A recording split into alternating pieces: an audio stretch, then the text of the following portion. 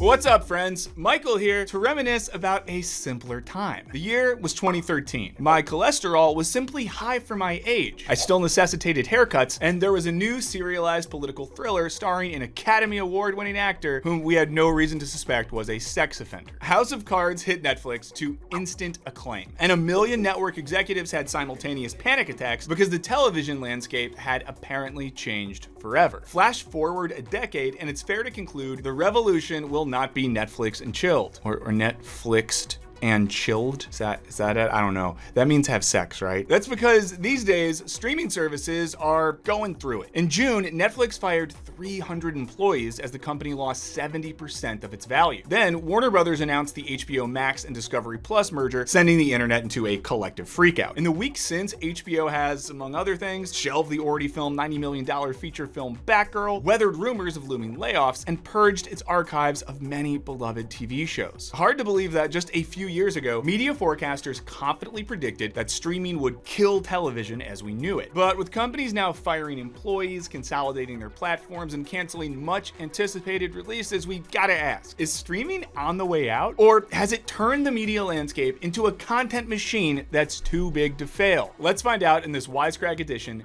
Did streaming content kill culture? Before we can reflect on content, culture, and streaming, it's worth looking to the entertainment industry's past. As reporter Brooks Barnes notes, Hollywood's no stranger to titanic moments of instant change. Writing, once a generation, Hollywood experiences a seismic shift. In these moments, all accepted facts about people's entertainment consumption are called into question, and premature eulogies are written for once beloved forms of mass media. For example, when it began broadcasting in the early 1950s, TV started cannibalizing content from the then reigning mass entertainment medium, radio. Popular shows like the Western drama Gunsmoke and the family sitcom Father Knows Best were adapted for the screen. While some of these shows kept a foot in radio, television would eventually render narrative radio essentially obsolete. Though, if you've ever listened to a podcast, you know audio-only entertainment has reemerged as a force, and you probably also know discount codes for mattresses, online gambling, and fancy toothbrushes. But network television would barely get its moment in the sun before mainstream media started predicting its own swan song. Sick of your stodgy NBC, ABC, and CBS offerings? Well, circa August 1st, 1981, you were in for a real trip.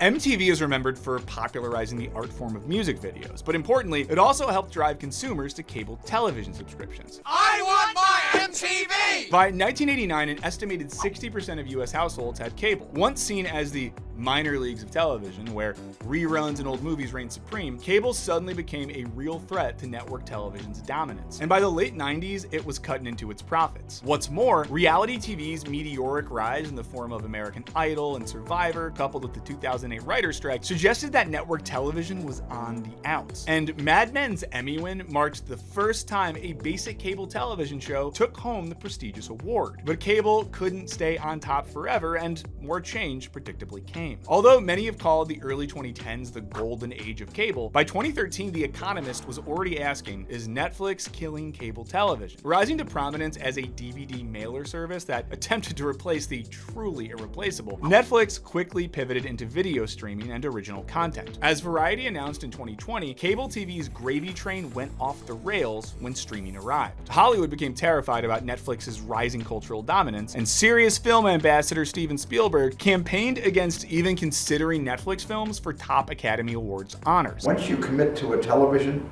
format, you're a TV movie.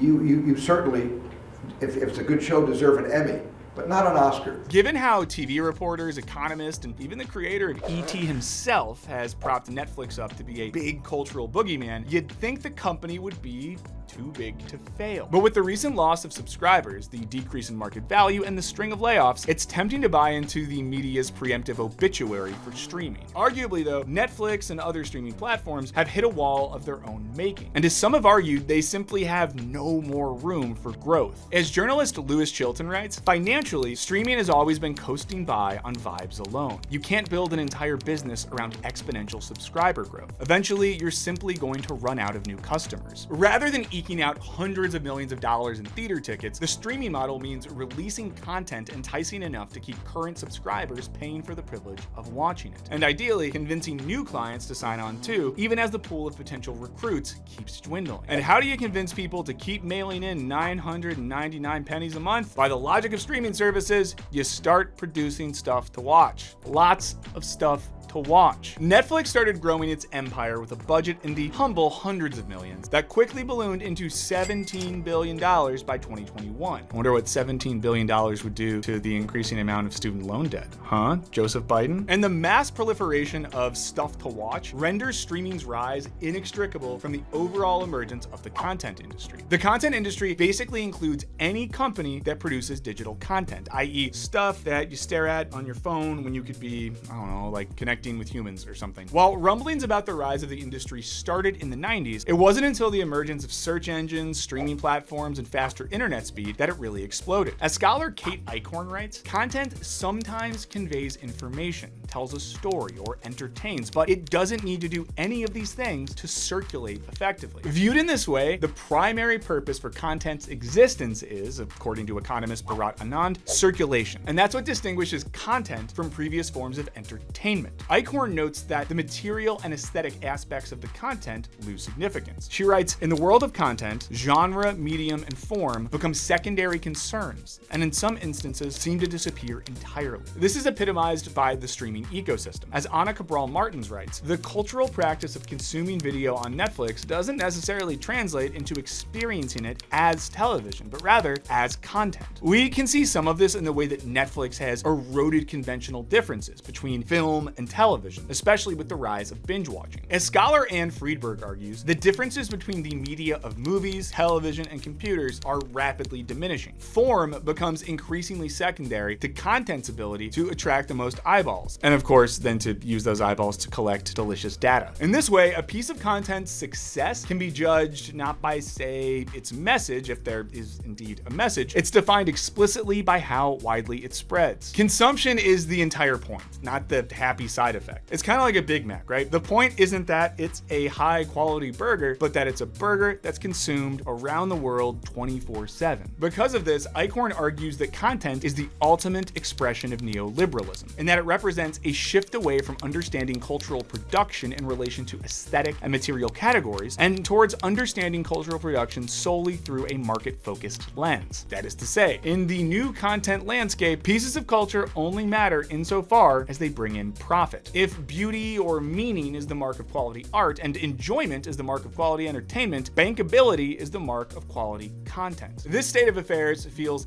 eerily in line with the mid-20th century assessment of mass entertainment made by scholar Theodore Adorno. In recent decades, he's been fairly criticized for being a bit of a curmudgeon for his critique of the mass culture, and especially of classic Hollywood films and jazz music. To be clear, both of those things rip. But when it comes to modern streaming series like F-Boy Island, we think his argument bears consideration. Along with philosopher Max Horkheimer, Adorno conceived of mid-century entertainment, what they called the culture industry, as a sort of assembly line, where art and entertainment are reduced to mere products created solely to produce profit. As they write, cultural entities typical of the culture industry are no longer also commodities. They are commodities through and through. In this way, they thought art started being valued for its ability to sell rather than its ability to impart a message, elicit emotions, or express an aesthetic vision. An essential part of this assembly line logic is that the entertainment industry recycles these same storytelling conventions ad nauseum until the distinctions between individual works of art become entirely meaningless. And again, while we don't think this applies to, say, the improvisational jazz of John Coltrane, we do think it's a fitting encapsulation of the streaming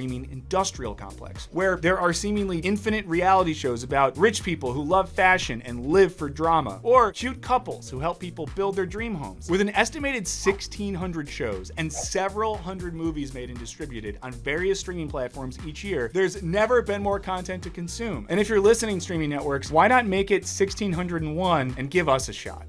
But the assembly line logic of it all becomes glaringly apparent when you consider how a platform like Netflix generates its ideas. Netflix, you're greenlit. Who am I speaking with? Specifically, the platform relies heavily on its $1 billion artificial intelligence program to guide its content selection. If I was running things after this clip, then it would cut to the Dr. Evil from Austin Powers saying $1 billion. Or doesn't he say 1 million? See, I fucked it up, never mind. For example, House of Cards, a remake of a BBC program, was algorithmically generated to attract the Venn diagram intersection of Kevin Spacey fans who like David Fincher and enjoy British political thrillers. Here, we see how a work of entertainment is reduced to the sum of its parts rather than, say, its artistic integrity. It's like when KFC had the double down sandwich where the bread was fried chicken and where the chicken would normally go was bacon and cheese, and literally just talking about it, I feel my LDL just spiking. We talk about this in our video about why all Netflix films look the same, but it bears repeating. The result of this AI content selection has led to the proliferation of a sort of mutant film created to tick as many box office happy criteria as possible. This is also why we get a lot of content based on existing intellectual property, whether it's the million Marvel shows on Disney Plus, or Bridgerton, which is based on a series of romance novels, or how about the show based on a New York Magazine article about Anna Delvey, or The Staircase, which is based on a documentary series, which is based on a real-life true crime. In case you missed that one, it's a narrative show based on a documentary series about a real-life murder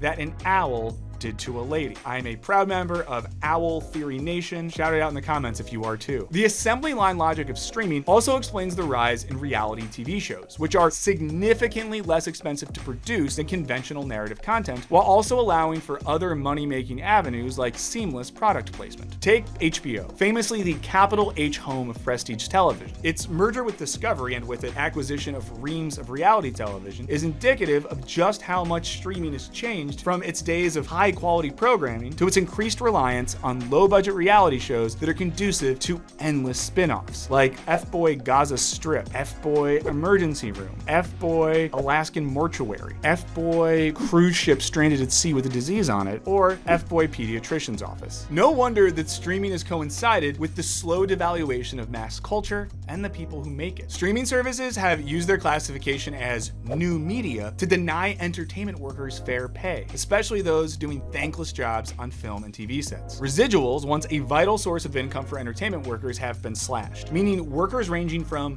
production designers to lead actors are paid once for their work rather than compensated for reruns, DVD sales, etc. over the course of many years, as in traditional television. Clearly, the streaming industry's assembly line of content encapsulates the ethos of the content industry, and with it, the acceleration of Adorno and Horkheimer's logic about the culture industry's cheapening of art. Fittingly then, streaming's dominance also seems to be shifting the way we view content, both literally and conceptually. While television fans were formerly at the mercy of weekly airtimes to catch Seinfeld, A car just bashed into a parked car and sped off right on my block. You gotta follow that car. What?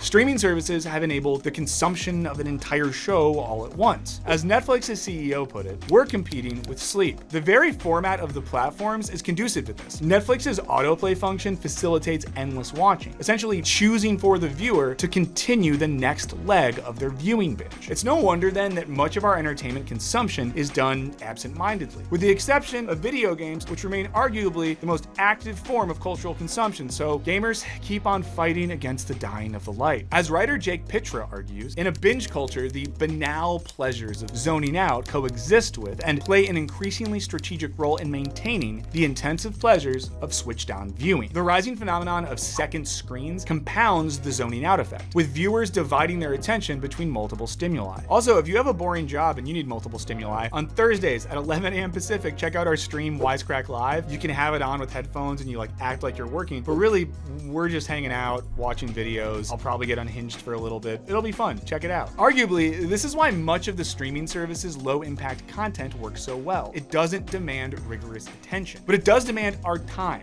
Lots and lots of our time. I guess it takes time to spot all of the F-boys on the island. It's like Where's Waldo, except Waldo fucks. And that's the real reason streaming services aren't going anywhere, because they have a loyal army of workers supporting them, namely you. See, according to Adorno and Horkheimer, the assembly line nature of cultural production under late capitalism and the repetition of entertainment's narratives and forms essentially turns consuming entertainment into mechanized work. They write, amusement under late capitalism is the prolongation of work. It is sought after after as an escape from the mechanized work process, and to recruit strength in order to be able to cope with it again. But at the same time, a mechanization has such power over a man's leisure and happiness, and so profoundly determines the manufacture of amusement goods, that his experiences are inevitably after images of the work process itself. What happens at work, in the factory, or in the office can only be escaped by approximation to it in one's leisure time. In this way, while we may see a long night of streaming as an escape from the humdrum repetition of our day jobs, consuming it becomes something of a part-time job in and of itself. But hey, what else would we do at that time, right? We're gonna like hang out and reflect on our lives, and maybe reflect on our lives in relation to society and our place in society. Maybe we'd gather with our friends and neighbors,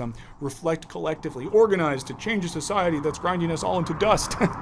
Yeah, that'd be random. Importantly, Adorno and Horkheimer also argue that the culture industry has significant ramifications on our political agency. Because it's produced and consumed under the logic of profit-minded neoliberalism, products of the culture industry typically uphold dominant social and political values. As scholar Kumar Salehi writes for Verso, chief among Adorno's concerns is that in the culture industry, what gets left out is an understanding not only of the real mechanisms of power in society, but also the possibility that those mechanisms could be changed. Submission in the realm of culture prepares us to be submissive in the realm of politics. This submission is encapsulated by the passivity we experience when binge watching, as we're directed to continue consuming. And arguably, when we consume content consistent with dominant political realities, we're being primed to quietly accept them. Or the opposite, i.e., we're watching a show with relatively smart social or political values, but this only furthers our desires to sit in place and watch all 10 episodes, so either way, we aren't going outside. While art has long been seen by artists and philosophers as a vital means of questioning dominant values or offering alternatives, content tends to conform to them. That's true whether it's glamorizing extreme wealth, emphasizing the social importance of sex appeal, or reminding us that what really matters is home ownership and the nuclear family. In this way, because of the logic behind its production, it's very difficult for content to be truly subversive. Unless it's us, we figured it out. Upon reflection, it's surprising that streaming ever attempted to be anything other than an assembly line of capital C content to facilitate endless consumption. The early years, dominated by prestige shows and indie films, simply don't fit the logic of the way we consume content. The kinds of reality shows and docuseries and carbon copy rom-coms that have proliferated in recent years, and to significant dismay, are far more fitting to the zoned out binging that the medium of streaming encourages. So streaming isn't dead, but it's arguably a zombified version of itself, stuck in a race to the bottom where no amount of content is ever enough, and cheap, utterly watchable entertainment that forgoes provocation is king. But what do you guys think? Has content destroyed culture as we know it, and are streaming platforms the main culprits? Let us know what you think in the comments. Thank you so much to our patrons for all your support, and do check out our Patreon page if you haven't in a while. Be sure to like this video if you thought it was good content, and thanks as always for hanging out and watching. We'll catch you later.